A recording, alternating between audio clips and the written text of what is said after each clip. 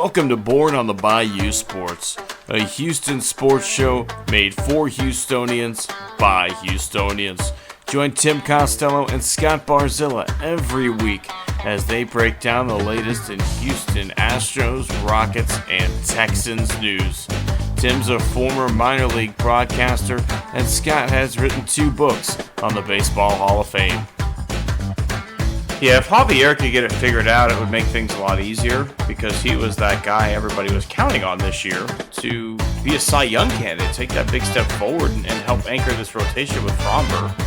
Since he's come to Houston, you can look at the development of guys like Carlos Correa defensively, Jeremy Pena defensively. I mean, you can Alex Bregman's, certainly I think a better than average third baseman. And now you're putting teams in 3rd and 8, 3rd and 7, 3rd and 9. Now here comes Will Anderson. Pin back your ears, let's go. So if you're Bayou born and bred, or just like spending time in the H, sit down, relax, and stay Houston strong.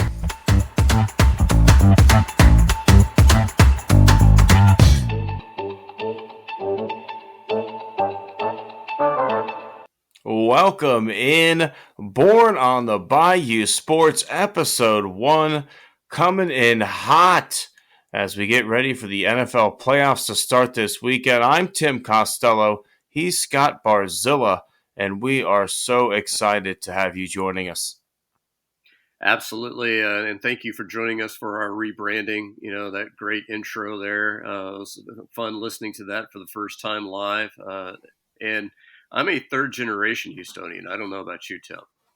I'm actually, I don't know where you call it, either first or second. My parents both moved to Houston and met there, and then I was the first, one to be born there. And then, unfortunately, my daughter's born in DFW. But I am, born and raised in Houston, Texas. Scott and I both actually went to Clear Lake High School about 20 years apart. Both played on the Clear Lake High School golf team. And just both are big baseball people. I was a former minor league broadcaster. Scott, a guy who's studied the game at a high level, written books about the Hall of Fame, has invented what we on the Snap Hook podcast learned to love, called the Hall of Fame Index.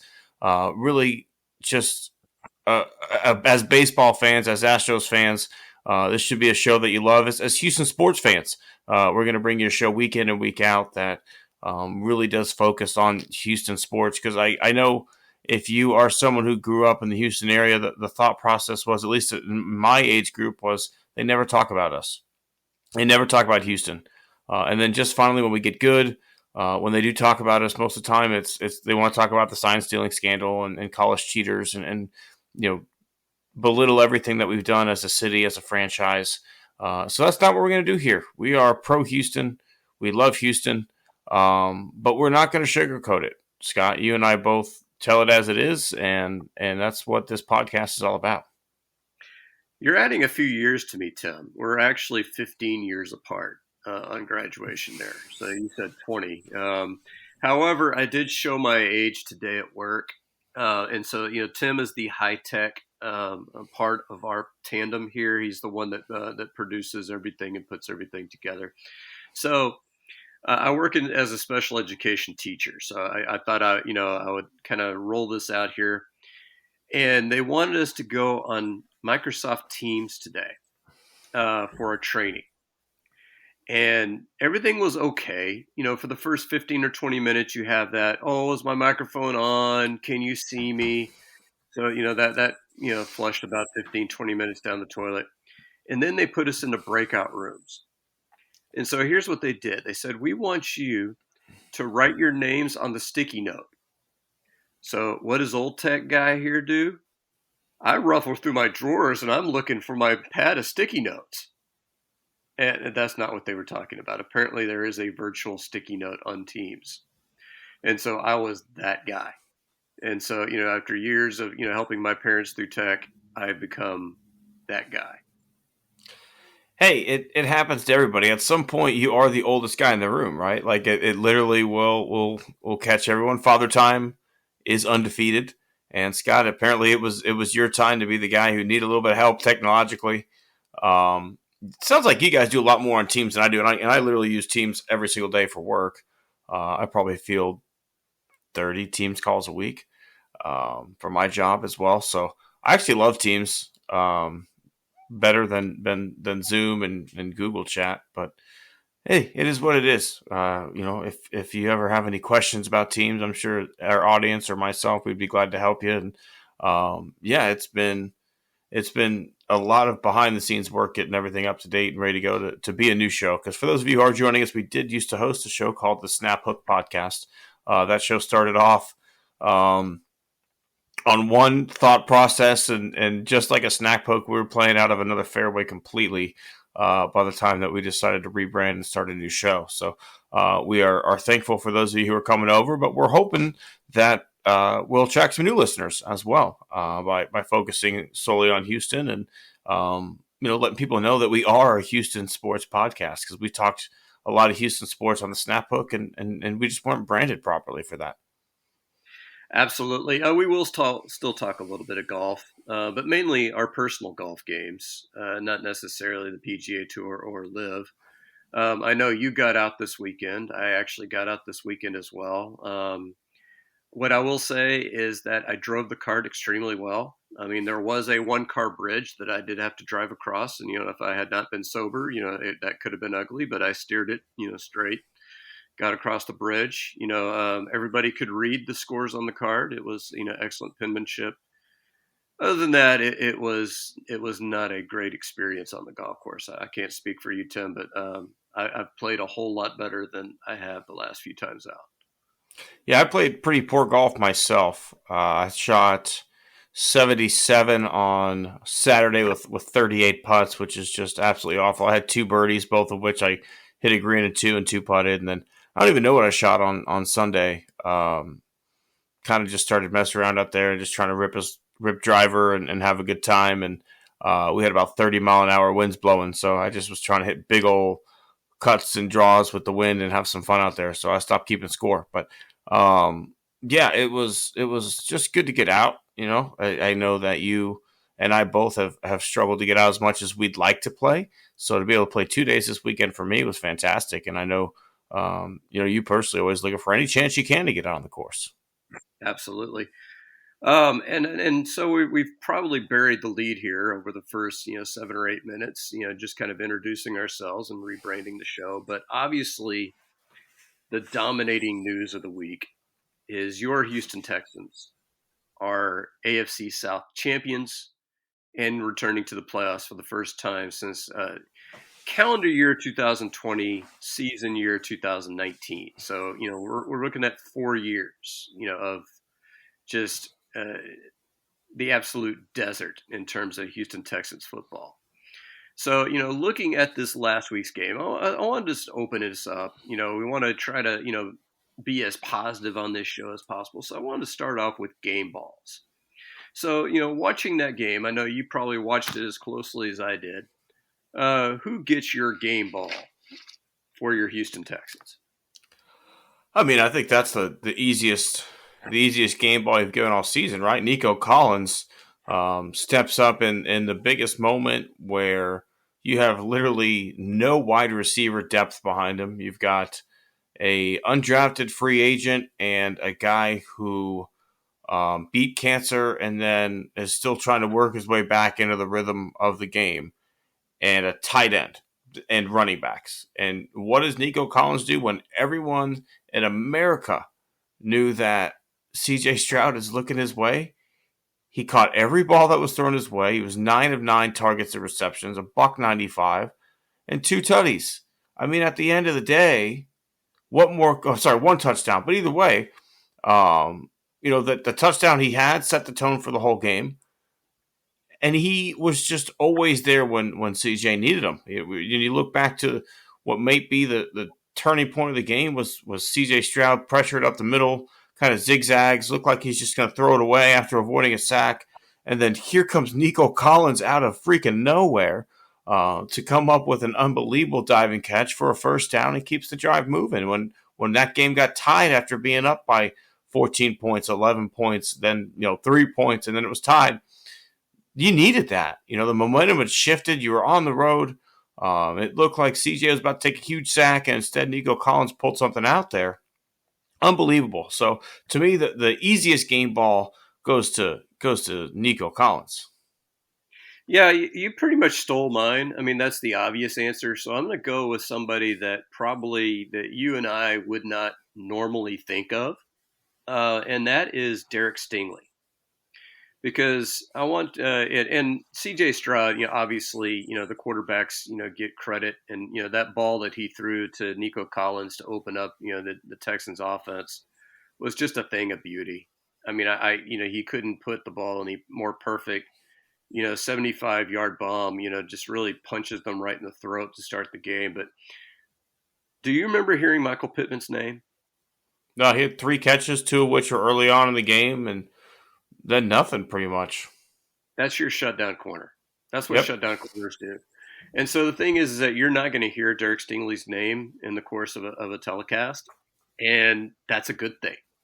That means they're not throwing his way, and that means his receiver is not dominating him. Now, Alec Pierce is another good receiver that they had, and he didn't do much either. Now, we could sit there and say maybe that's because Gardner Minshew sucks, and he certainly sucked in that game, particularly on that fourth down play. I mean, that was just embarrassing, at the end of the game, if you're a Colts fan. But you got to give those guys in the secondary credit. They shut down the passing game about as good as you can do. Obviously, Jonathan Taylor had his way, and that's something that, is going to be worrisome moving forward, because if the 2022 run defense shows up this next Saturday, it's lights out, pack your bags, time to, set your time on the golf course.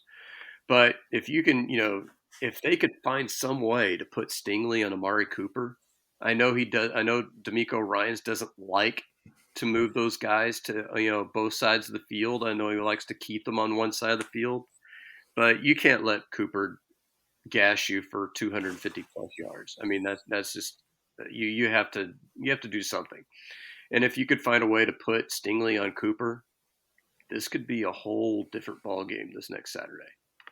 Yeah, I mean, when you look back to the first matchup against the Browns this season, you had no C.J. Stroud, no Will Anderson, no Grenard.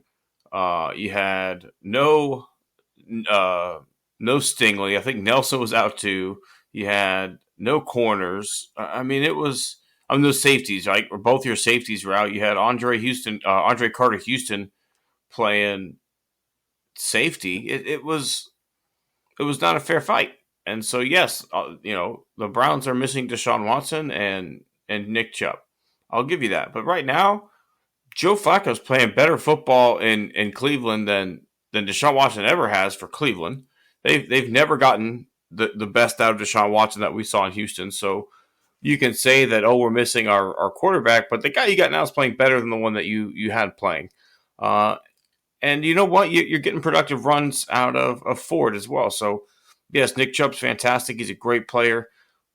But, running backs are, I'm not going to say a dime a dozen, but they're not the end-all be-all in this league anymore. You can lose a running back and still find a way to win a football game if you've got a good offensive line. And so the Browns have shown they have a great offensive line, a great defense, and a guy in Joe Flacco who, has found the fountain of youth here in Cleveland. So it should be a fantastic matchup. I think being at home, the environment, I have never personally been to a playoff game in Houston, but I have been to enough Houston Texans games to know that playoff game atmosphere is going to be unbelievable on Saturday at 3:30.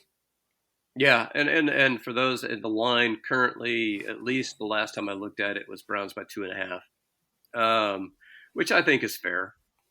I mean, they have a better record. They're technically a better football team. You could argue they have the best defense in the league. I think some people would argue that the Ravens have the best defense in the league. But you could argue that the Browns have the best defense in the league. And you could argue they have the best defender, which kind of gets me to, the next topic of conversation. I really like to do this in all three sports right before the playoffs begin. I like to give away my awards before the playoffs begin, because the problem is it's a regular season award. And when you watch the playoffs are going to color your opinions one way or the other, obviously. So, since I mentioned, kind of Myles Garrett, I didn't mention him by name. Who is your defensive player of the year? Obviously, I don't think he's in Houston. I mean, we have some good defenders, but I don't think Houston has the best defender in the league. So, who out there in the NFL do you think are you giving that award to? I mean, that's tough. I like what TJ's done up in Pittsburgh. Unfortunately, he had a pretty rough injury last night. That's going to keep him out of the first round of the playoffs. But that defense is fantastic, considering that their quarterback play has been horrendous, and they're now headed to the playoffs. I think what you mentioned, Myles Garrett is a great choice as well. The defense in Cleveland is just tough. I mean, it's filthy. It's nasty. And it's, I don't know if maybe defensive player of the year, but maybe defensive comeback player of the year. JD Clowney's had a fantastic year up in Baltimore too. Really kind of reestablished himself. Those would kind of be the three guys I'm looking at. Clowney, I think, is behind the other two. But again, just wanted to give him the nod on a great bounce back year and a disruptive year on the defensive line for the Ravens. I tend to agree with you that it's between Watt and Myles Garrett. I mean, obviously Watt, 19 sacks. I mean, can't really, sneeze at that. But the other name I'd throw in there, I think, Micah Parsons is a guy that's disruptive in the Dallas defense. And so he's a guy that you want to, can throw into that. Clowney's, he's always been a guy that never ends up with the amount of sacks that you think he should. But he's probably the best run defender I've ever seen on the defensive line. I mean, he was always good for, a solid 2 or 3 tackles for a loss, seemingly per game, where he just blows up running plays. And obviously, I think they're 9.5 sacks this year.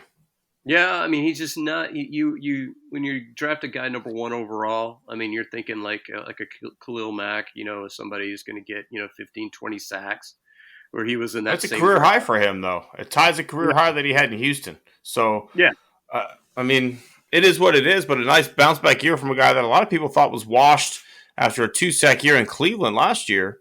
A lot of people thought, no, why would anyone take a chance on this guy when, he's still clearly got something left in the tank. He's always been a physical freak of nature, but you're right, the sack totals weren't there. And he was just kind of always a guy without a position, right? I think people thought he was a little undersized to play DN, so they had him playing linebacker. But at the end of the day, he's just an athletic DN, and they should have let him play DN from the start in Houston. Smith is another good candidate. Roquan Smith out of Baltimore is another good candidate for that award. To me, the problem is with the defensive player of the year is you're looking at kind of like the defensive version of MVP. And so I kind of look at who do these guys have around them? And the fact that you have Smith and Clowney together in Baltimore is kind of, kind of hurts them a little bit, because they could kind of play off each other.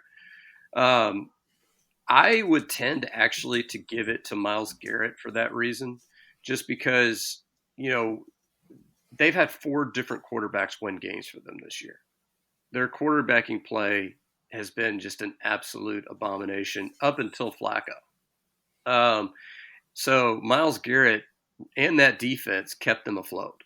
I mean, that's a team that won 11 games. They could have won 12. They could have beaten the Bengals this last week, but they basically just took the week off because, really they weren't going to improve positioning any. So, how does that offense win 12 games? I mean, you've got to look at that defense and just marvel at that. No, absolutely. You're not wrong there. But, everything you're saying for Myles Garrett is exactly the argument for TJ Watt, too, as well, right? Like, their quarterback play has been horrendous this year, and they're in the playoffs, and they rode that defense hard to get there. So I think that could be said. Just kind of looking through some of the big names. Again, not defensive player of the year, but, guys that I think deserve a 3rd or 4th place vote. Someone like Aiden Hutchinson, right? The Lions had a huge turnaround this year. He's really a leader on that defense, 11.5 sacks. Someone that, again, I don't think he's the defensive player of the year. But if I'm getting 5, 1 through 5 votes, he's probably going in that 4th or 5th spot for me. And then also, I would mention a guy like Jonathan Grenard. A lot of the talk has been, and rightfully so, about the young rookies coming out of for the Texans this season. But Grenard really was the one who cashed in on the sacks and put up some great numbers and was a steady pass rush presence for a D-line that was pretty good at times when it came to creating pressure, as this was the most ever sacks the Houston Texans have ever had in a season. So I think those are kind of some of the later down the ballot, but deserve a 3rd, 4th, 5th place finish in that conversation. Yeah, and Grenard's in his walk year. I mean, that's the kind of season you want to put up in your walk year. I mean, he's looking at, so, the Texans are going to have some really difficult decisions to make, when it comes to which one of their guys they're going to want to re-sign, because, he's a guy that could be a $20 million a year guy. Do you want to give that to, somebody like him, or would you rather spend that money elsewhere? But that's a discussion down the road. Looking on the offensive end, I think you and I agree C.J. Stroud is the rookie of the year. Can't argue it. It's inarguable. I think Will Anderson is a very strong candidate for defensive rookie of the year. I think if he stayed healthy, he wins it. I don't know if he's going to have enough of the gaudy numbers to win it. Yeah, and so the only one that's outstanding then is your MVP. And I think Stroud was in that conversation until he missed those 2 games.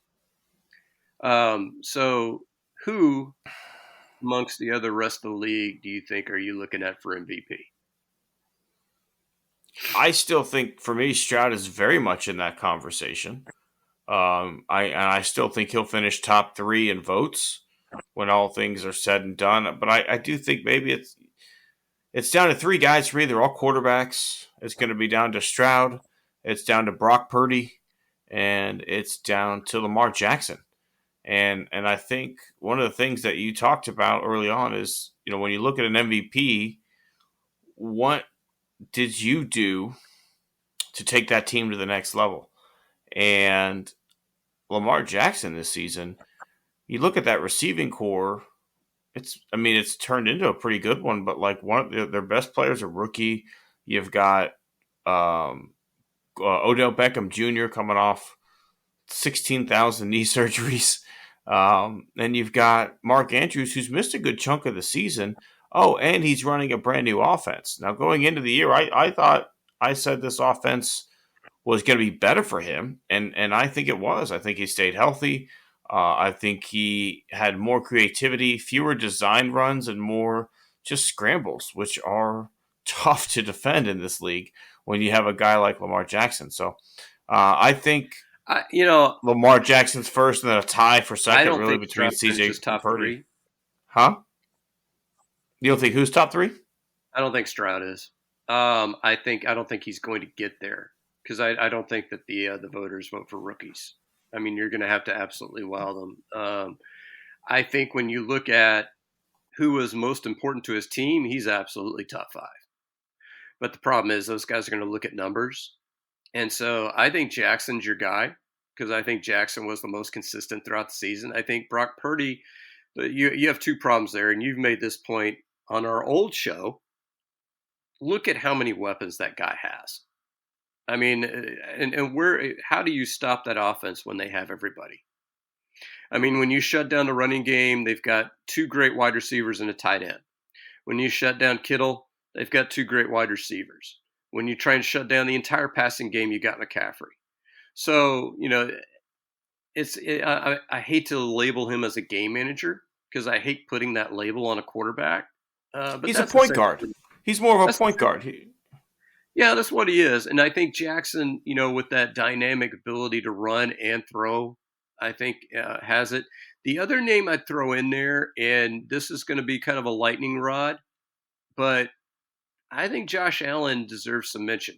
And I mention him because I thought about that as well, because they started off terrible, and he put a run together there to get him not only into the playoffs, but the division championship. Right, and he's first in the NFL in total touchdowns for a quarterback, counting passing and rushing touchdowns. Now he's also first in turnovers.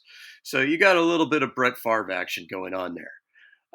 But yeah, like you said, I think the really big key for him was when Joe Brady took over as offensive coordinator. Joe Brady is a great offensive mind who I think was lost in Carolina and deserved a second chance, and he got it.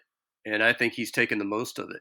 And he's a guy that, you see, for instance, Bobby Slowick being considered for head coaching interviews.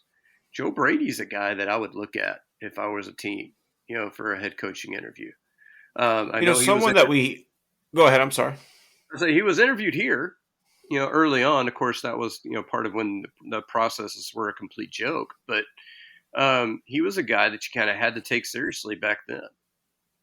One of the guys that we haven't mentioned who I think, again, maybe is not going to finish first, but definitely deserves some votes is up in Detroit, Jared Goff.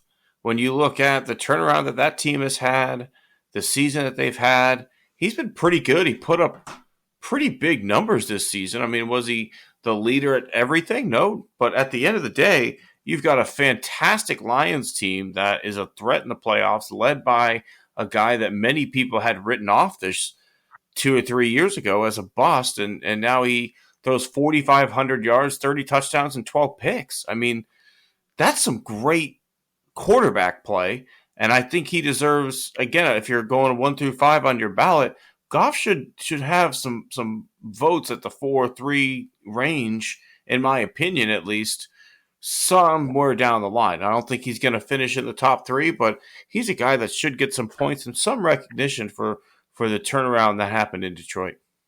I'm going to mention 2 more names.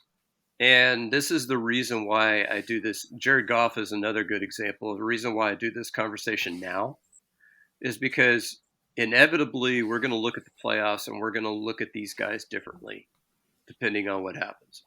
So the 2 names I'm going to mention are 2 guys who I think one, if not both, are going to have an early playoff exit. One of them is Dak Prescott in Dallas, because they always have early playoff exits. And the other one is Jalen Hurts, who the Eagles just absolutely, you ever see one of those GIFs where, a guy's riding a bike and just everything just falls apart, in just 1 second, like every piece of the bike just completely just unravels. I mean, that's basically him. They ran him into the ground. That's basically the Eagles. But if you look at his season in total, the numbers are still good. And so, maybe he gets top 5 votes. Maybe Dak Prescott gets some top 5 votes. And Prescott will get some votes for sure. But the problem is those are teams. We know the Cowboys. The Cowboys aren't getting to the NFC Championship game. We know this. They should. They're the second best team in the conference, but we know they're going to lose either in wild card weekend or divisional round playoff. We know this. You can set your watch to it. And the Eagles going from 10-1 to, what was it, 11-6? I mean, that's just God. I mean, that team, that defense, fell apart, like a paper bag, like a wet paper bag. Yeah, it was. They bet a lot on replacing some of their high-priced free agents that got away with some young rookies, and that backfired. They have some pretty talented running backs, and yet they still run their quarterback into the ground even after they paid him, which makes absolutely no sense to me when you've got that much money invested in a guy and you're going to just constantly run design quarterback, stretch plays to the outside. The brotherly shove, that's one thing, but they run that guy a lot. And when you have the weapons that they have, when you've got Goddard, when you've got 3 receivers across the board with Julio Jones, Devontae Smith, and the guy from Tennessee, it's slipping my mind, but AJ Brown. And you've got those 3 guys and a tight end and 2 really good running backs. The quarterback shouldn't be taking that many design runs. Like you've got the amount of playmakers that the 49ers have, and you have not found a way to get them involved. And that's just when you go back to what you said about playoff performances, we had a guy in Hurts last year had a great playoffs. And he had a great season, and he got paid, and now he hasn't been the same since then. Part of it is obviously he's beat up. He is running to the ground. He is a guy who has been, as if you were to take a car analogy, this guy's been driven on the red line for God knows how long. He's in desperate need of an oil change, and the owner is just ignoring that check engine light. But at the end of the day, you've still got to go play a football game, and I'm with you. I think the Eagles are an early exit. I think the Cowboys probably win one game and then lose to the 49ers.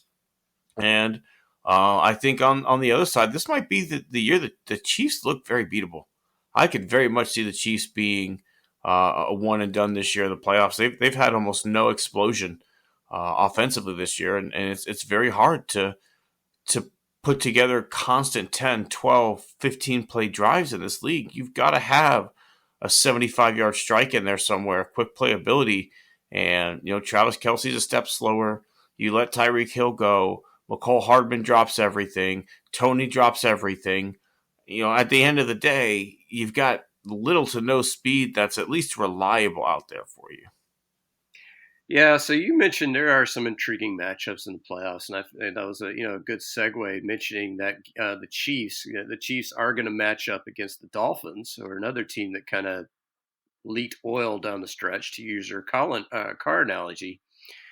And that's going to be an intriguing game because you've got so much firepower on the Dolphins, but for some reason they haven't been able to achieve the heights that you think that they should. I mean, you have two running backs, who have more than 10 touchdowns on the season. One with 18, the other one with 12. And then you have Tua, and you have Tyreek Hill, who, arguably had the best, he certainly had the most receiving yards in the NFL this season. You could claim he's the best receiver in football. And so you're looking at that team and you're like, how do you not win the AFC East? I don't get it. But you're up against the Chiefs, and you mentioned it. I have never seen a receiving core drop more balls than that receiving core has done. And, you can look at Mahomes' face. You can look at his body language. He is just absolutely beside himself whenever he throws these perfect balls. Had one dropped in the end zone that would have won him a game on Monday night. And just other drops that would have kept them in games or sealed victories for them that they ended up losing. That's a team that when DeAndre Hopkins was sitting out there, how do you not scrape up as many dimes and nickels as you could get underneath the cap and sign that guy?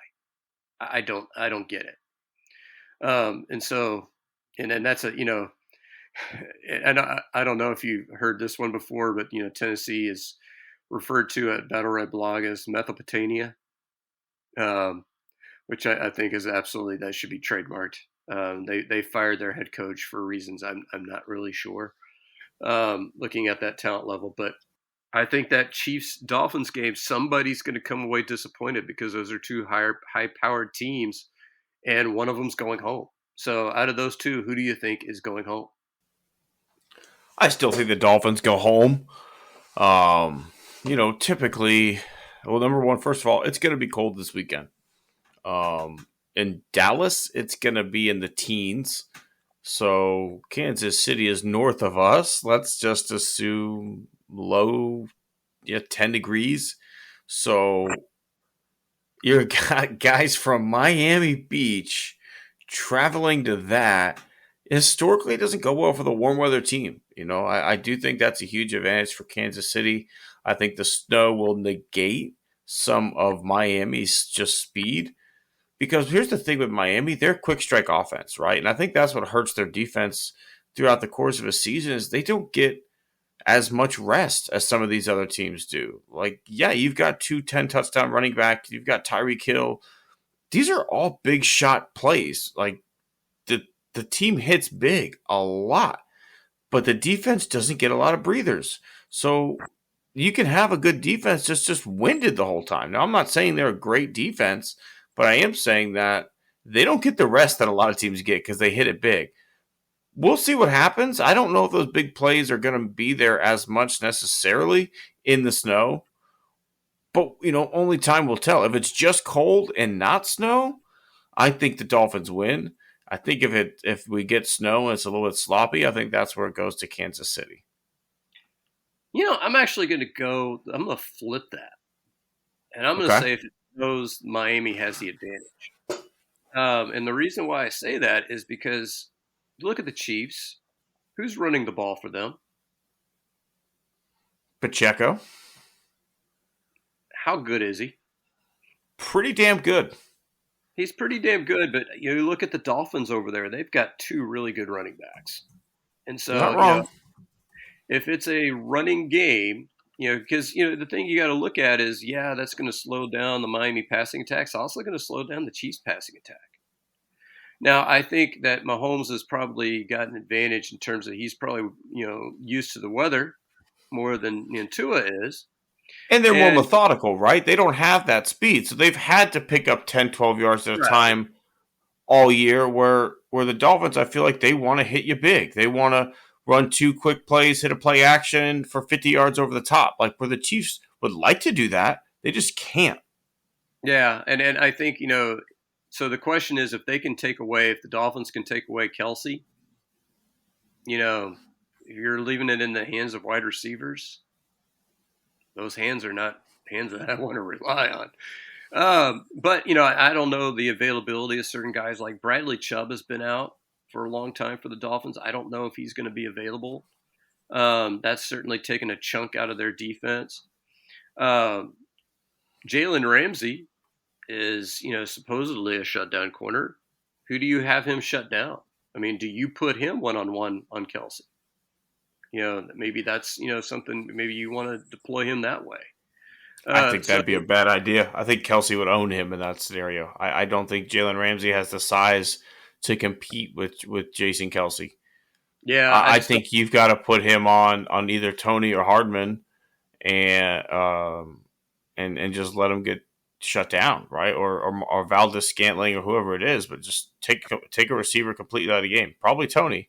And then you've got to make Travis Kelce beat you, which I don't know if Travis Kelce's a fantastic football player, and he had a good year. He just didn't have the year that, sets records. At the end of the game, the guy still had, 93 receptions for 984 yards as a tight end. Let's preface that. As a tight end, those are fantastic numbers. But for Travis Kelce, that's the first time since 2015 that he's failed to go for 1,000 yards. That's a big deal. So, he's 34 years old. At some point, you got to think this guy slows down a little bit, and maybe he has lost a little bit of a step. He's still an effective football player, but I don't know if Travis Kelce's going to change a game the way he used to out there. So, I think I do think the Chiefs likely win the game because I don't know if snow is in the forecast. I think if it's just cold, I think the Chiefs do have the advantage because, the Dolphins aren't used to cold. The snow, I think, makes it anybody's ball game because you're basically taking away the passing games on both sides in that instance. Well, are you giving the Pittsburgh Steelers any sort of chance up in Buffalo? There's always a chance, like 5 to 10% if we were to put a mathematical number on it. I don't think that they have the quarterback play to go up there and win that football game. But then again, the percentage is open still because, as you mentioned, Josh Allen leads the league in turnovers. So he could very well have a 4-pick night and they lose that football game because he turned the ball over a crap ton. So that's why I still leave the window open a little bit. But there's a talent discrepancy. And, with TJ Watt out, JJ Watt has mentioned he might try and sneak in his brother's jersey just to see if anybody notices, but I think he'll stick out pretty quickly right away, and not going to happen, JJ. But no, realistically, I just don't see Mason Rudolph going on the road winning a playoff game for the Pittsburgh Steelers. Yeah, Mason Rudolph. In fact, he's going to be a free agent, so he's a guy that I'm one of the guys I'm kind of looking at. If we're looking at a backup quarterback situation for C.J. Stroud, but that's kind of the key backup quarterback. He's not a starting quarterback in this league. He's a guy that, for a month, he's looked good. but I just don't see it happening. So I was thinking of the Dumb and Dumber. What's all this 1 in a million talk? Yeah, so I'm I'm not giving them much of a chance, which leaves in the AFC the game we're all interested in, our Houston Texans taking on the Cleveland Browns. So we talked a little bit about this game at the outside of the show, but if you're laying down a prediction on who wins this football game, who do you see winning it? I don't want to be a homer, but I really do see the Texans winning this football game. I know a lot of the national media is going the other way on it. But at the end of the day, to me, I see, a football team that's playing great football. I could argue that right now the quarterback playing the best football in the AFC is CJ Stroud. And when you've got a hot quarterback in the playoffs, the world's your oyster, right? Like, we've seen guys like Joe Flacco make runs when he was with Baltimore. We've seen Eli freaking Manning catch fire and make runs to the playoffs and look like, Joe Montana out there, or even better yet, Peyton. We've seen him, we've seen Eli look like Peyton at times. But no, at the end of the day, CJ Stroud is playing the best football. And in the playoffs, turning the ball over will kill you. And the one thing that CJ Stroud does better than damn near anybody else in the league is protect the football with, only 5 interceptions this season. That gives you a fighting chance. Then you've got a guy, DeMeco Ryans, who knows how to scheme up a defense. You've seen this team already once before. I think that works in DeMeco's favor, especially considering he didn't have his best players out there. So he got to see their best shot, knowing that they didn't even get to see ours. There is a little bit of, mysterious element on our side that they don't have. We've seen what they've got. Let's go. That's kind of my thought process, but I do think having CJ, having Stingley, having Will Anderson back, that trio of guys makes a huge difference. I think it ends up being a 27-24 Texans win. Unfortunately, I'm going the other way. Stingley did play in that game.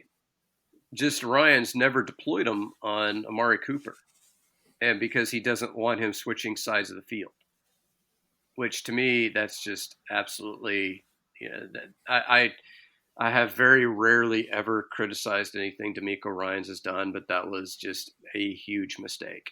Amari Cooper is the only weapon they really have in the passing game. I mean, they have a good tight end. I'm not going to try to pronounce his name. Njoku. He was on my fantasy team. I liked him on that day and on most days, as the season went down. But I think you can shut down Nicobo. I'm not even going to try. I think you can shut down your tight end. Cashman is a good coverage linebacker. You could also put a safety on him. I think you have to roll Stingley over to the other side of the field. Wherever side of the field Cooper's on, you have to sit there and say, you're shutting this guy down. You're following this guy the whole game. That's your job. And if you do that, I think you have a fighting chance, but I don't know that Ryans does that. And I'm going to go Cleveland 24-20 just because, they overwhelmingly have the number one passing defense in the league. Overwhelmingly. If you look at yards, it's not even close. I mean, the closest team to them, I think, was like 300 yards in the hole. And then, should the Texans win that game, they go up against Baltimore. So if CJ Stroud makes it to the AFC Championship game against these two defenses, he should have been the MVP. And he is the MVP favorite moving forward. I just don't see how he navigates that this week. I think he's going to put up, some good numbers, but I think he's thrown an interceptable ball or two that haven't been picked. And I think that happens this week. I think he maybe gets picked once or twice. And that is the difference in the game. We'll see. Everything that we've seen from CJ is he has risen to the occasion. Even going back to the college football playoff last year, Georgia had the ball last and they won, right? If you give CJ the ball back with a minute left, knowing what I know about him now, he had it and they missed the field goal to win it. Oh, that's right. Yeah, he drove him down the field. And you know where that game was played? I'm gonna guess it was in Houston, wasn't it? No, Lucas Oil Stadium. Oh, okay. All right. If Well, he's he going to plays well play, there. if he's going to play the way he played against Georgia and against the Colts in this game for the rest of his career in Lucas Oil Stadium, sign him to a lifetime contract now. Yeah, that's Well, been I it's mean, been a house of horrors for this football team, and it is no longer one right now. that's 2 years in a row we've beaten. I don't think we've ever beaten the Colts in Indy in 2 years in a row. So you're saying there's a chance. This is a special team, and I'm going in. Oh, there's a fighting chance. I mean, Yeah, CJ Stroud, when you have a quarterback of that caliber, there's always a chance. And so, shifting gears over to the NFC. real quick before we do, and one of the things I like, I don't watch a lot of the Pat McAfee show. I'm going to preface that right now. I think he gives a voice to crazy conspiracy bullshit on ESPN in the middle of the day, and I hate it, so I don't give him much attention. But when my players pop up on different places, I pay attention, right? And they flat out told CJ Stroud to his face, like, "Hey, we're all picking Cleveland. Everybody's picking Cleveland." And he's basically, hey, just wait and see. Just watch me. Don't believe me, just watch. And that's the attitude I like in my quarterback. I love CJ Stroud's attitude. He's not going to sit there and get on national TV and say, y'all are a bunch of morons. He just said, okay, you want to make that pick, you make that pick. Just stay tuned. So I still think 27-24 Texans. And I love the fact that they gave, them, basically 10, 15 minutes of coverage at the end of that game. Watching, the speech to, D'Amico Ryan's in the locker room. It's basically a 10, 15-minute infomercial for free agents, this offseason. Because you got to think, for years, Houston, you would have to just overwhelm a guy with cash in order to bring him here. But now we're in a situation where if it's close, you got guys that are going to want to play for D'Amico Ryans, and are Absolutely going to want to be a part of this organization. I'm definitely rooting heavy Texans. I think they do have a fighting chance. I am picking Cleveland, but I'm not discount anything that CJ Stroud's capable of. I mean, he said, I think in that interview, that he likes being the villain in somebody else's home field. And, that has to go back to your Ohio State days, because if you're Ohio State, every stadium you go to, you're the villain. And so, that's something, he's absolutely used to. And that's, something that you gotta, that you have to go with these guys that play at big colleges. They're playing in front of 100,000 people. They're playing on national TV every week. And so you got to look at, that situation. This moment is not going to be too big for him. I don't think, if the Texans lose, it's not going to be because CJ Stroud, the moment was too big. It's going to be because, other facets of the game basically failed them. And that's going to be why they lose. Yeah, I couldn't agree with you more. I think it's going to be a fun, exciting football game. And I think I have a good feeling, but I'm going to leave it at that. That's all I'm going to say. Okay, so the NFC, I think the matchup that everybody is wanting to see to start us off with, Matthew Stafford is going back to Detroit to face his old home team, and Jared Goff is facing off against his old team. So Detroit and the Rams. The Rams, surprisingly, 10-7. I did not see that season coming from them. I thought they were going to be a 6 or 7 win team. And, Sean McVay is a magician, to get, obviously they have a guy that, the only player who is any kind of a threat to CJ Stroud winning the Rookie of the Year award or Offensive Rookie of the Year, the receiver in LA. Puka Nacua. Yeah, who do you like in this game? This is an intriguing game to me. It is. I think it's going to be close. I don't think it's going to be a blowout by any stretch of the imagination, but I do think the Lions pull this one out. I think the vibe in that stadium at Ford Field is going to be electric. I think it's going to be unbelievable. And I think it's going to be the difference. I think the players feed off of that. And I think that they win a tight game. I think it's, 21-17, something like that. I think Stafford turns the ball over a couple times, a couple errant throws, something along that nature where he's trying to force it early in the game, and maybe that allows Detroit to build up a lead and kind of play possession football from there. And how do you have to feel if you're the NFL, knowing that you had what a lot of people consider to be a questionable call is the difference between Detroit being the 2 seed and the 3 seed. I mean, that's, and actually they said they missed a call that would have, given the Cowboys, better field position on the possession before that went, against, the Cowboys. So, that I think that crew got downgraded. That's what I remember hearing because, they missed, those 2 calls. And I thought that going for it was a mistake myself, and I was, Janet and I were watching in Disney that game. But it's amazing how that turns out. I think the Lions win this game. I'm rooting for the Lions. I mean, that's a team. They last won the NFL championship in 1957. Believe it or not, that was before I was born. So, never appearing. I don't think they've ever appeared in an NFC championship game in the Super Bowl era. I believe that's correct. So, I'm rooting hardcore for Detroit. The Rams, they're a nice story, but they're a team with some holes. And so I think those get exposed this week. Yeah, I think you're absolutely right.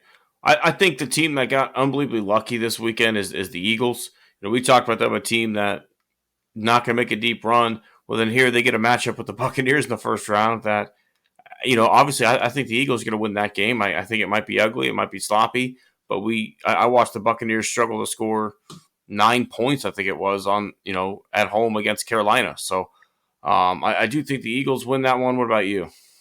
Yeah, I think so. I think the Buccaneers, I've heard people float Baker Mayfield as the comeback player of the year in another award. And that's intriguing. I mean, he's been decent at times. But I just think he's too wildly inconsistent for me. And then I'm looking at that offense, and I don't know where else they get offense from if it's not coming from Baker Mayfield. It's going to be tough sledding. I think the Eagles get enough pass rush to make Baker's day not good, and then I think the next round is probably where they bow out.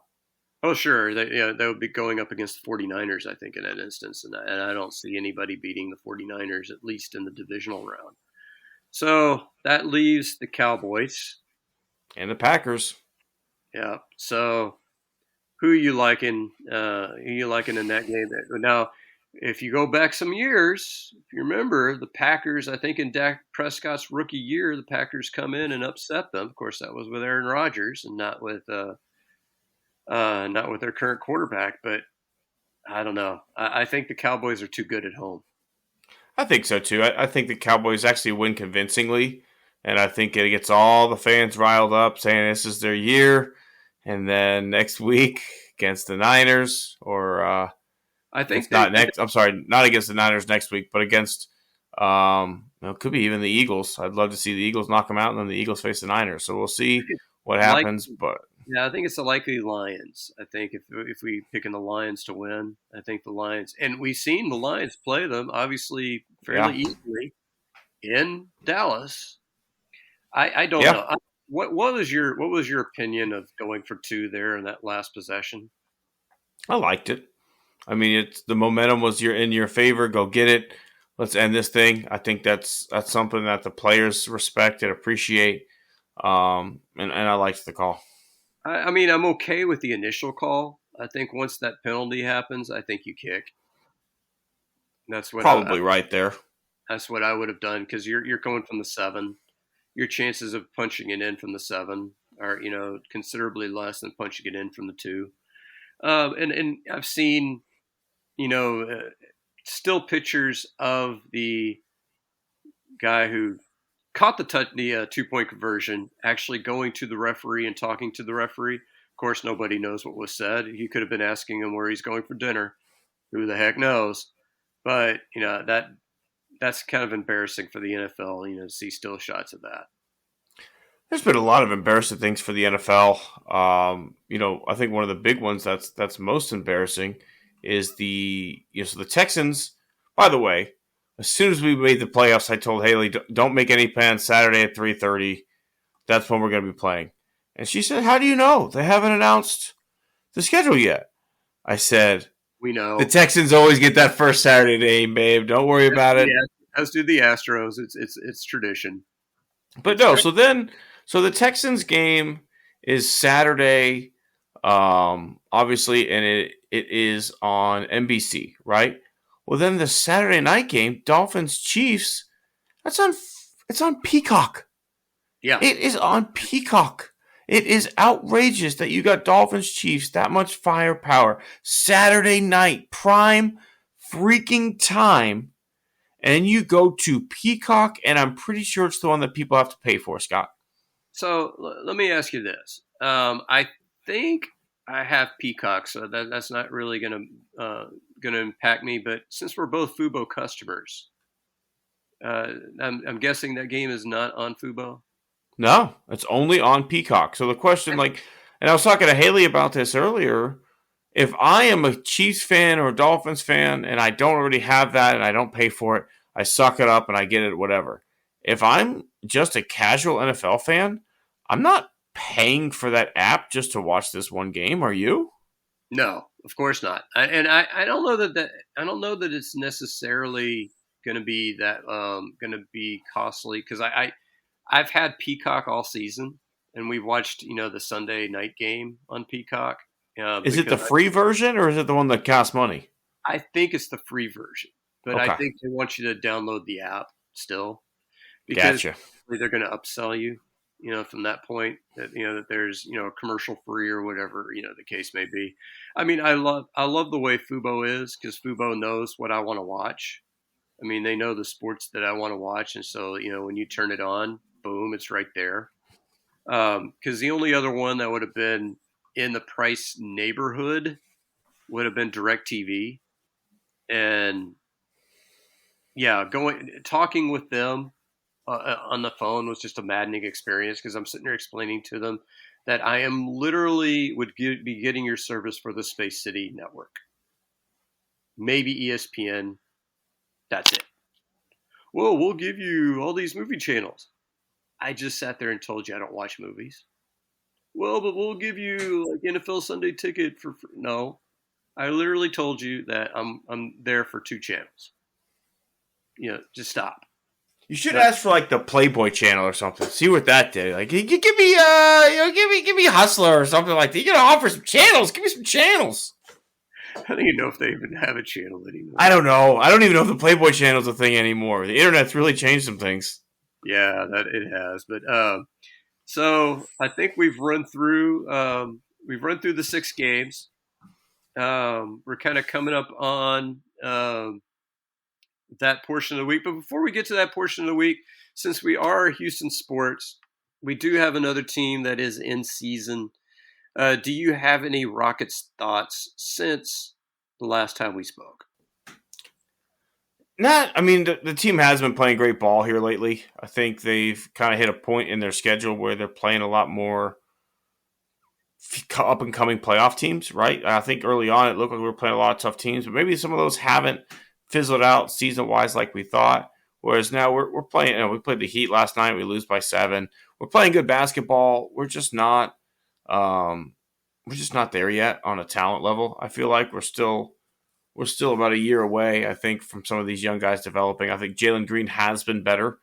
For those of you who listen to the Snap Hook, we have not been Jalen Green apologists, right? Like we've held him accountable. But I do think he's playing better basketball, but he's just not a guy that you build your franchise around at the end of the day. Yeah, I think losing Dylan Brooks, for these last few games, he's not a guy that puts up numbers, but he is a guy that will knock down an open 3. He's a guy, he's a lot like, who was the guy we had with Harden? Seems to follow Harden everywhere. PJ Tucker. Yeah, he's a lot like PJ Tucker in that he doesn't. I mean, he puts up more numbers than PJ Tucker did. PJ Tucker, and you looked at his box score, you're like, well, who in the hell is this guy, and why is he playing 30 minutes? Towards the end, yeah, but for one season, PJ Tucker led the league in corner threes. He did, but he was a guy. He was a tough defender. And so that's what Dylan Brooks is. He's a tough defender, and you don't have that guy on the outside when he is not playing. And then I think they've also been without Tari Eason for a few games here. And that's a key guy off the bench that you really need. And so they've really had to go with guys like Cam Whitmore and Eamon Thompson. Thompson just clearly is not ready for prime time. I mean, you watch him. He's a high basketball IQ guy. He's a guy that you think can see it, but when you watch him shooting threes, it's like, I think I could put up better threes than this guy does, and I can't shoot threes. The hope with him is that the jump shot comes with time, right? Because he's a slasher. I mean, if he could just develop into a Dwayne Wade type 3-point shooter, just enough that you have to respect it, because he can wiggle his way into the lane like Wade can or could. If you could get that out of him, not I'm saying he's becoming Dwayne Wade, but if you can have just enough of a respectable 3-point jump shot that you have to respect it, because right now he's in that Russell Westbrook territory where I'll play you 15 feet off the ball, and then at that point, how are you going to get past somebody who's giving you that much space? You're not going to drive past him, right? And but I was watching. Actually, we were celebrating the Barzilla Christmas because we had a COVID incident, with my sister. But we were watching the game over there, and that was who were we playing? We lost by 25, Minnesota. Cam Whitmore is an absolutely physical freak.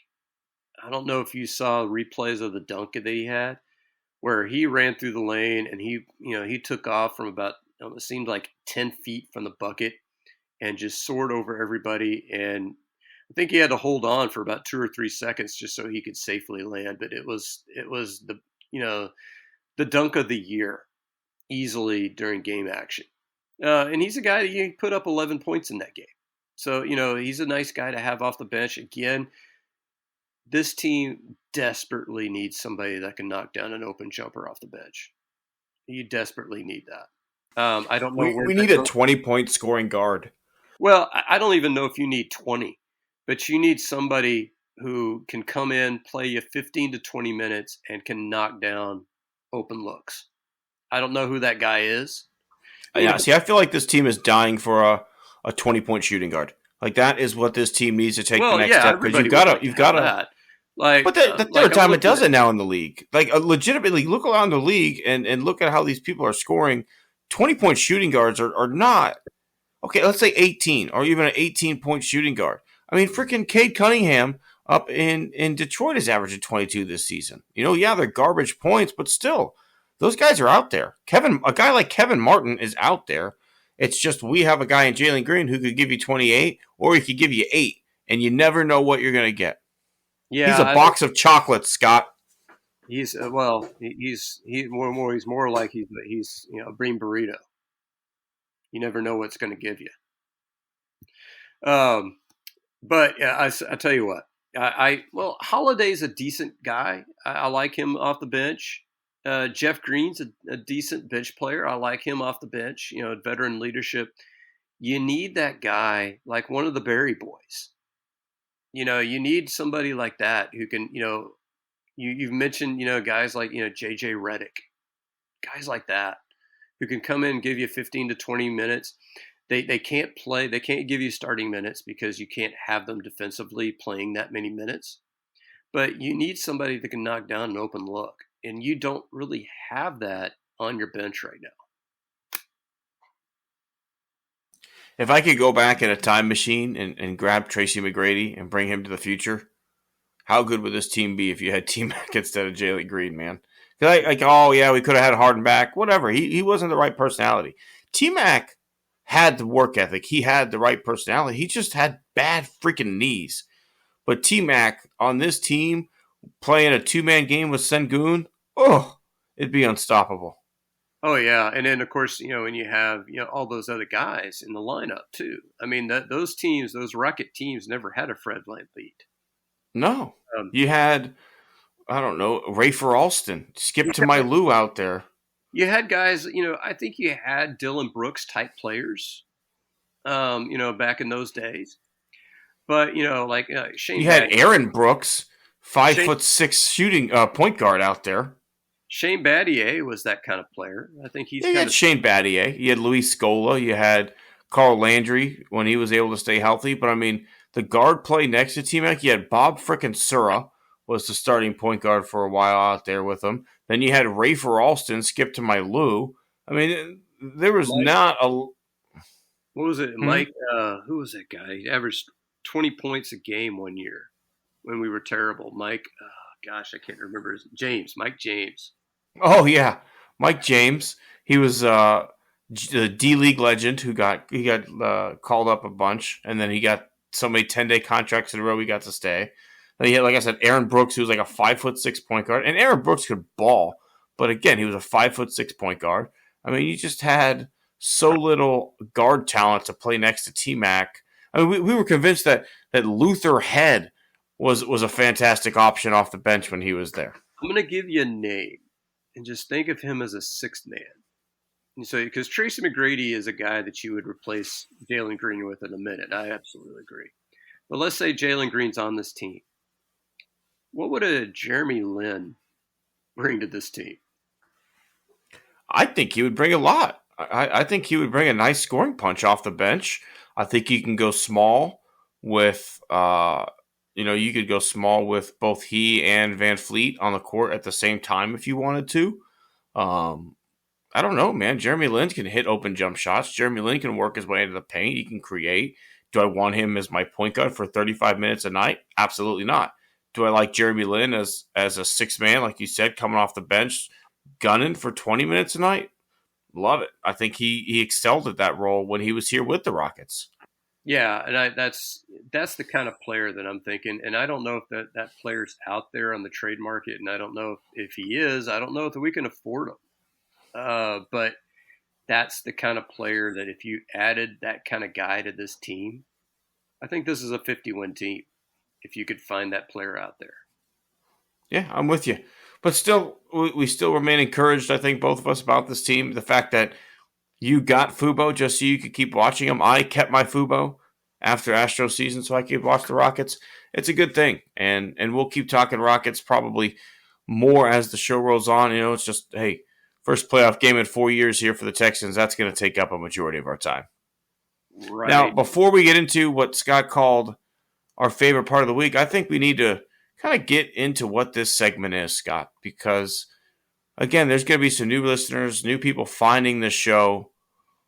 On our old show, The Snap Hook, we had a segment where, it kind of started organically. We noticed some stupid tweets, things people were saying, and then at some point it got beyond dumb tweet of the week. It got beyond someone saying something stupid, and these people were scumbags. It was the only word to describe the people that we were calling out each and every week, the scumbag of the week. And so for our show, each and every week, we had a scumbag. And so I know Scott has already referenced it as our favorite part of the show, the best part of the week. And it's something he and I text back and forth about throughout the week. But yeah, Scott, why don't you go ahead and let the people know? I'm going to start off with a tip of the cap because that's something we started to do towards the end of the show that I liked because, I tend to be a positive person. So I'll lead off this week with my tip of the cap. The family and I, we went to Disney, which, has often been dubbed the most expensive place on earth. And it is. Janet and I got a Bex at, in the Epcot and in Germany for about $13 for, a glass of beer. That, you gotta swallow hard, when you're buying beer for that amount. But the one thing I will say about Disney is that they think of just about everything. And so when you look and, and we went in the bottom end of the resorts. We stayed in probably, if not the cheapest resort, one of the cheaper resorts. And the room was tiny. I mean, it had one bed, but it had a Murphy bed we were able to pull down. And, they thought of everything. They put, storage things and, and so they maximize the space. Everything that you would want in that room is in that room. We actually turned in the new year in the Magic Kingdom with a fantastic fireworks display. They had two DJs, different parts of the park. And that was fantastic. The one funny thing was they actually had fireworks that went off at about, I guess, maybe about 8 o'clock. And so we were actually in line for the runaway mine trains, or one of the rides that we liked. And they said they were shutting it down because of weather reports. And we're looking out there, and it's like, there's not a cloud in the sky, and there's no wind. And then when the fireworks, actually shut down, all of a sudden, magically, the weather got better. It was a miracle. But still, we got to watch, fireworks in line. So fantastic experience. The food is always good. I know Scotty's, you're going to have to wait a few years to take Scotty there. She's going to have to get over that magic, 36, 40, 44 inches, before things, start opening up for her. But I tell you what, she'll absolutely love it. And the whole family will love it. It's expensive, but and any organization, any corporation that's willing to take on Ron DeSantis, I'm there with you. So tip of the cap to Disney. Yeah, I think every kid deserves one Disney trip if you can make it happen as a parent. Sawyer's been a couple times already, but I do anticipate making that journey to the most magical place on earth with the kids at some point. I got a chance, speaking of magic, I'm going to tip my cap to the city of Little Elm, as well as the group that puts on this Harry Potter experience that we attended of the Forbidden Forest. So they turned one of the parks in Little Elm up here in the DFW area into the Forbidden Forest. There were, 10 or 12 different stops along the path where you could do different acts of magic. I cast a Patronus. I bowed to a hippogriff. I had a duel with Sawyer. I turned on lights with a wand. I mean, it was a really fun experience. That's how we spent our New Year's Eve. We took a nice family night out to the Forbidden Forest. It was a Harry Potter experience. It was an unbelievably great time. It was so well done. Really, really fun way to spend New Year's Eve as a family. And I'm a big Harry Potter guy. Our whole family loves Harry Potter, so we enjoy those kind of events as well. My daughter had her robe, her wand, everything out there with her. She even brought her stuffed Hedwig as well as her stuffed Buckbeak onto the trail with her. And then there is Buckbeak out there. You bowed to him, and then he bowed back to you. So that was really, really cool. Yeah, and I was going to mention Universal Studios is a great spot now that they got Potter World out there. So I was able to have a couple of sips of their special beer, which is basically the butter beer. Yeah, which is basically like a root beer, or cream soda kind of on ice cream. I think I'd wind up in the hospital if I drank a whole thing of that. But, a couple of sips, it's not going to kill me. They had some really great rides out there.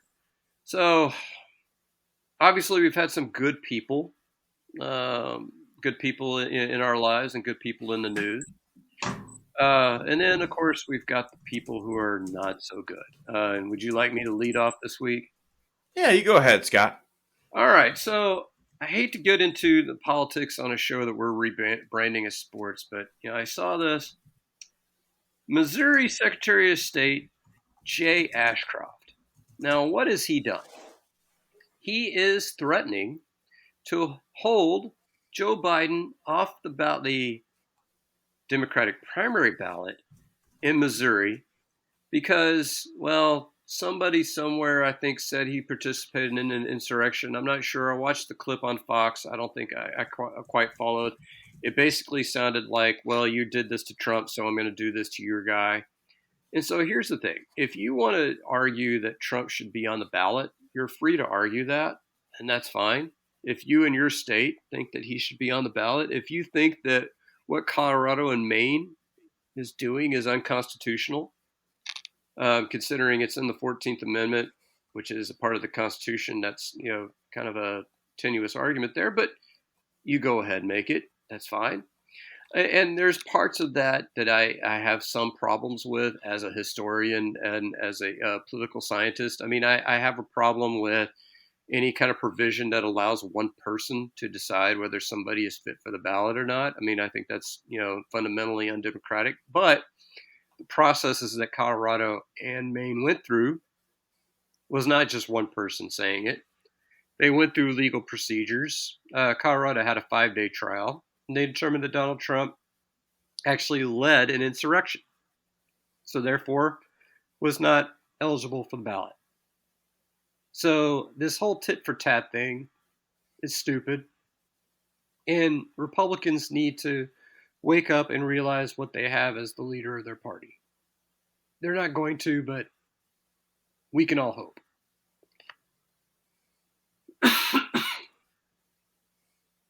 Yeah, I'm with you, Scott. It's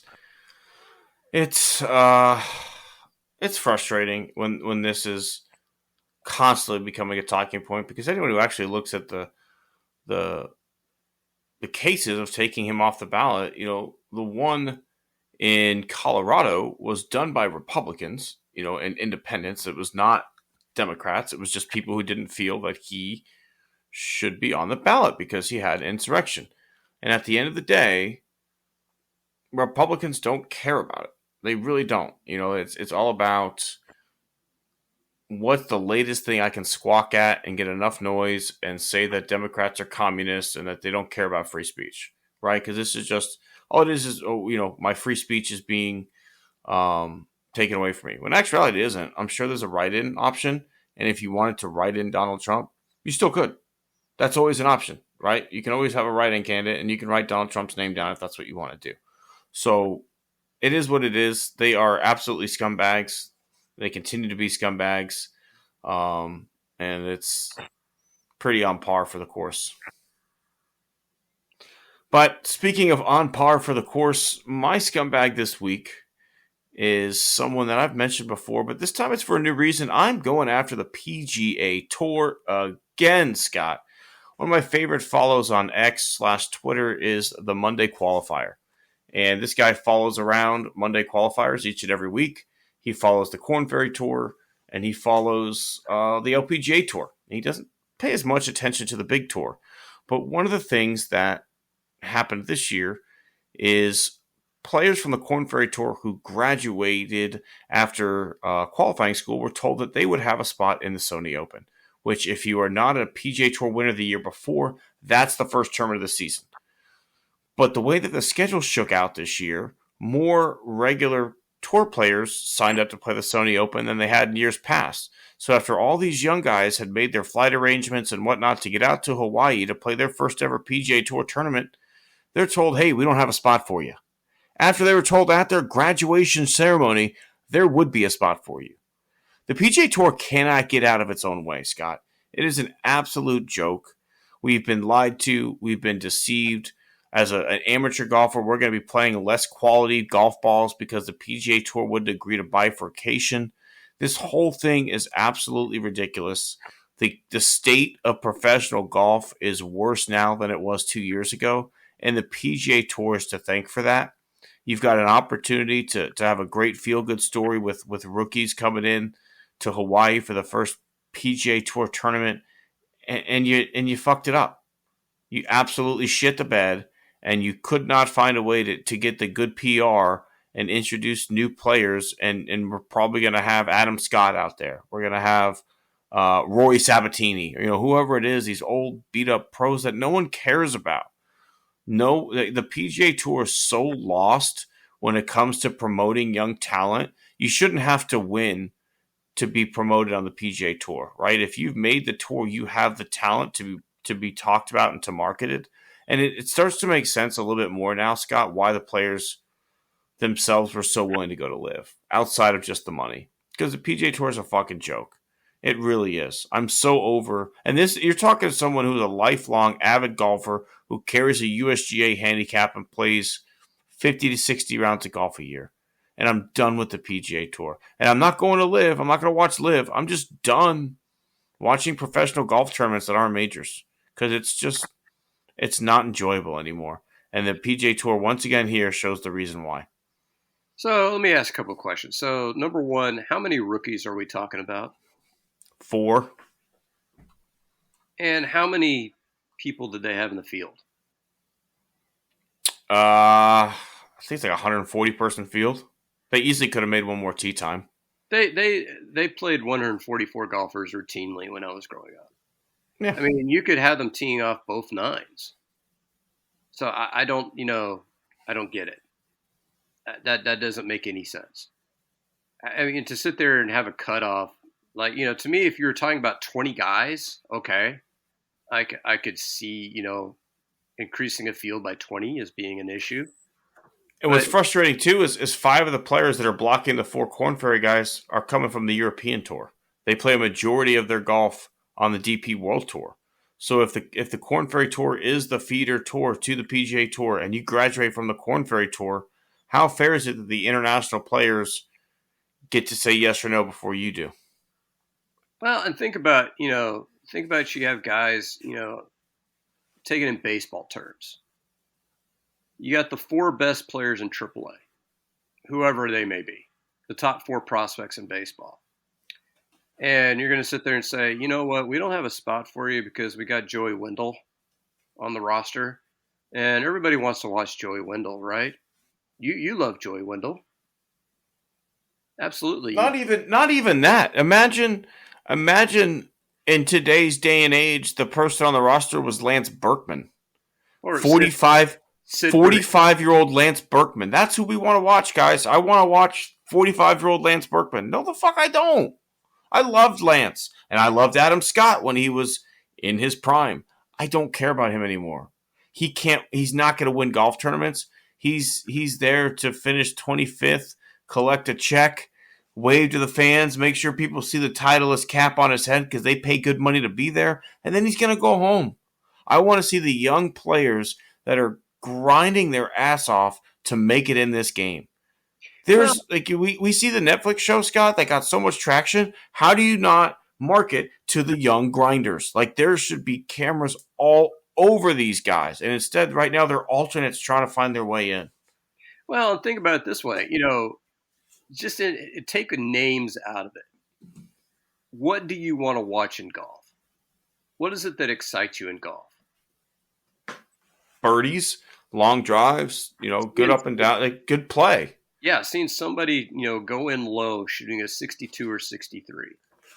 Is Adam Scott going to shoot a 62 or a 63 at this point in his career? Probably not. I mean, every now and then maybe, but it's not gonna happen with regularity. That's for sure. I mean, these young guys, they might be capable of it. I mean, the thing is physical, and I made the mistake. I got a golf watch. I got a Garmin GPS watch for Christmas, and I made the mistake. I downloaded the app. Made the mistake of looking at my stats because it actually checks my stats, and my drives were going 150 yards, probably on average. It was that kind of a day because we were playing puddle to puddle. But here you got guys who can routinely bomb it well over 300 yards. I mean, you think you watch, when I turn it on a YouTube video and I see, those little reels of guys hitting golf shots. Yeah, occasionally you see, somebody hitting a stupid shot where you're like, oh, I'm better than that. But most of the time it's guys, hitting a par 5 and 2, maybe getting an albatross. It's, guys maybe driving a green on a par 4. Those are the reels that people are watching. Who amongst these guys in their 40s is driving a green? But these guys, these young pups in their 20s, some of them can absolutely unbuckle it. I mean, it's the same, like it's a John Daly all over again. John Daly in his 20s was absolutely delightful to watch. Who wants to watch John Daly now? I mean, do you want to watch John Daly? Once a year when he plays the father-son tournament, but that's about it. Like, I don't care about I will want to watch the Champions Tour. Like, I'll watch that, but I don't want to watch you in this event, right? Like, this is a different event. It's for the young up-and-comers. This is for the young guys. When you get to the point that you're on the Champions Tour, I'll enjoy watching you there. Now, the caveat for that is Tiger Woods. I will watch Tiger play golf when, where, I don't care. He could be 80 years old making starts at St. Andrews. I'm tuning in. I don't care. It's the cat. But other than that, like Phil, I don't want to see Phil play golf. Like when Phil went to live, to me that's a big nothing burger, right? Because Phil's 50. I don't care. Like, yes, Phil won a major at 50. It was awesome. It was cool. It was miraculous. It's not happening again. He's like that was the high point for Phil. It's kind of downhill from there. So like I don't care about these old guys, man. I really don't. Yeah, it's sad. I like watching. Bernard Longer is a terrific story. I mean, he's won more tournaments on the senior tour than anybody in history. Great story. I don't want to watch him grinding it out on the PGA Tour. I mean, No. especially since he uses the kind of putter that you hate. But on top of that, he wouldn't be long enough, to play out there. And so that's just one of those things. And you're right. How does the PGA not? How do you sit there? I actually had a friend, and I say ex-friend, kind of do this to me.